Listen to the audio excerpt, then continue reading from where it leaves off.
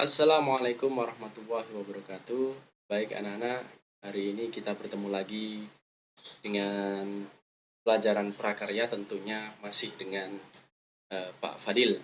Oke, hari ini Pak Fadil akan menjelaskan tentang kerajinan serat atau tekstil ya. Untuk itu simak baik-baik materi hari ini. Oke, kerajinan serat atau tekstil ya. Yang pertama ada bahan serat. Saya akan menjelaskan tentang bahan serat dulu.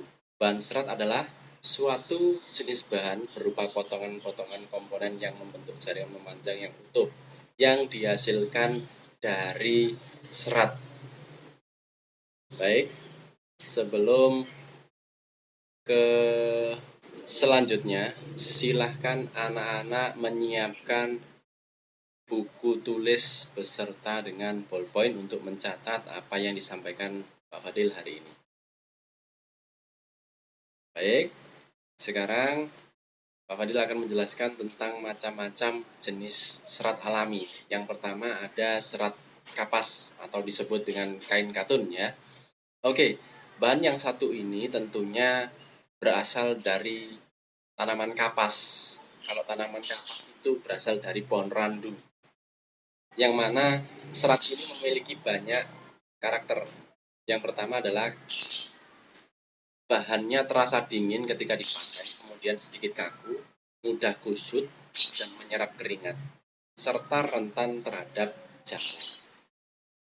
Yang kedua, serat sutra atau disebut dengan kain sutra. Ya, kain atau serat ini biasanya memiliki ciri-ciri berkilau, licin ya, sangat bagus dan lembut, tidak mudah kusut, sangat halus, kemudian kenyal ya, kekuatannya sangat tinggi, tahan terhadap sinar matahari, kemudian daya serap cukup tinggi, artinya gampang menyerap keringat, sehingga ketika dipakai itu akan terasa dingin di badan ya.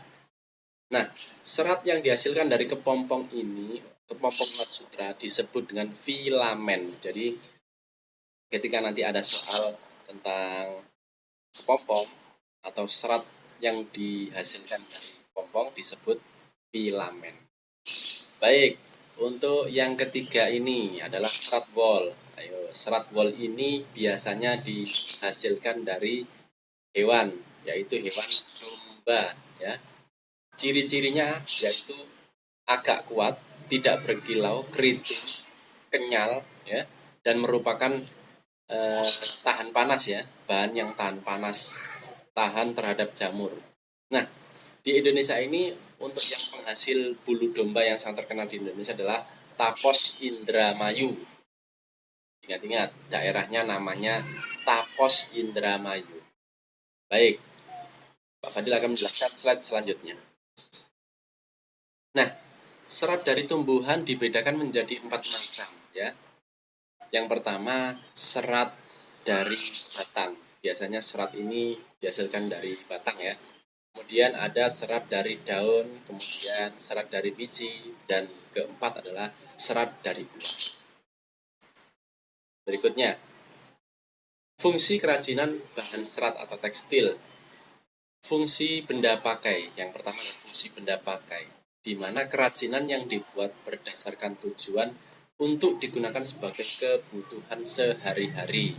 Ya, jadi maksudnya adalah bahan serat ini dijadikan baju yang digunakan sebagai kebutuhan hidup manusia untuk dipakai biar badannya terasa hangat.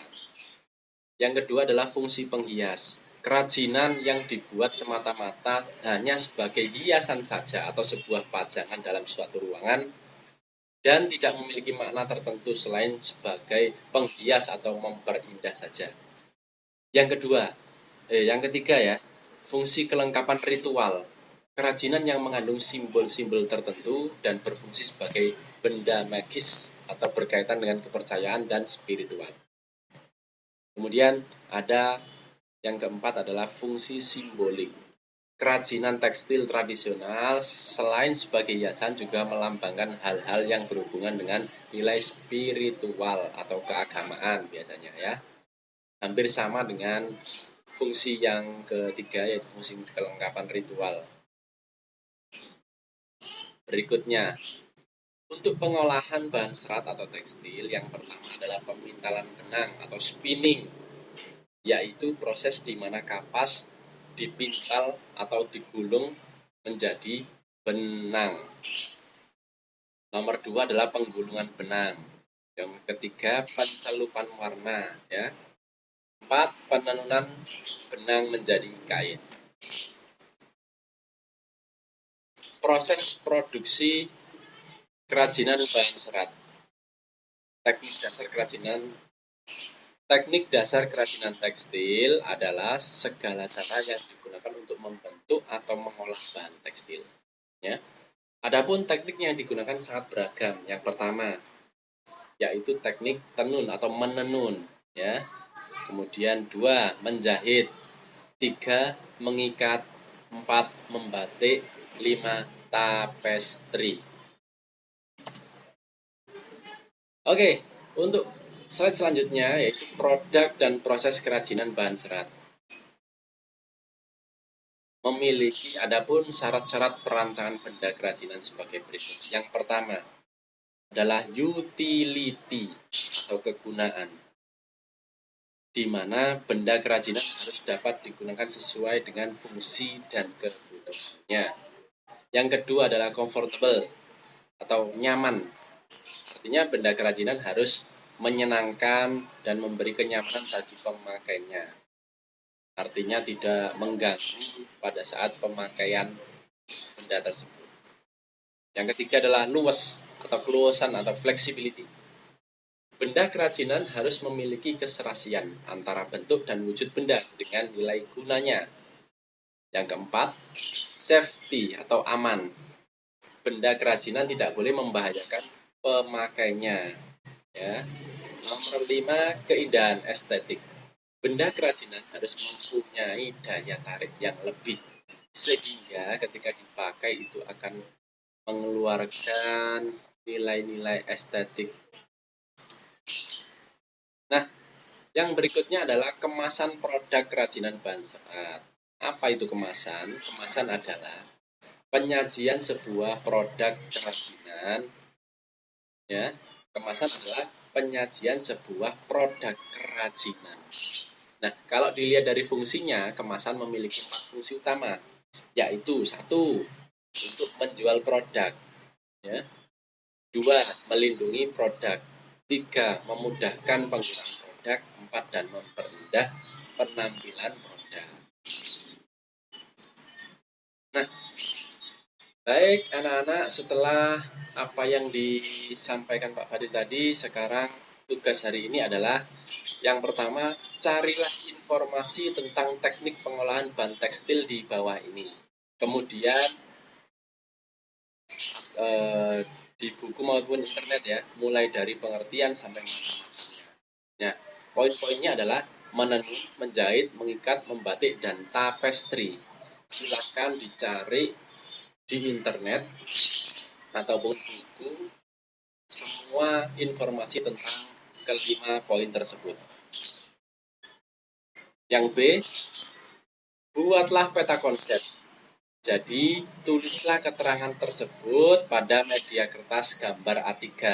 Atau kalau nggak punya kertas gambar A3, anak-anak boleh menggunakan kalender bekas. Di belakangnya kan warna putih.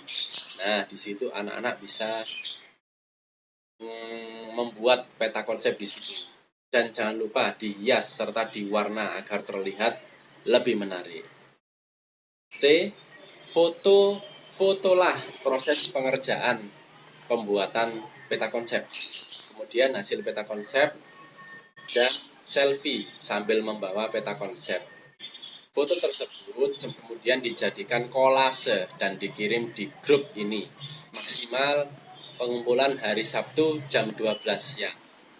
Oke, sekian materi yang disampaikan Pak Fadil hari ini. Kurang lebihnya saya mohon maaf. Kita akan bertemu lagi di materi selanjutnya. Oke, wabillahi taufik wal hidayah. Wassalamualaikum warahmatullahi wabarakatuh.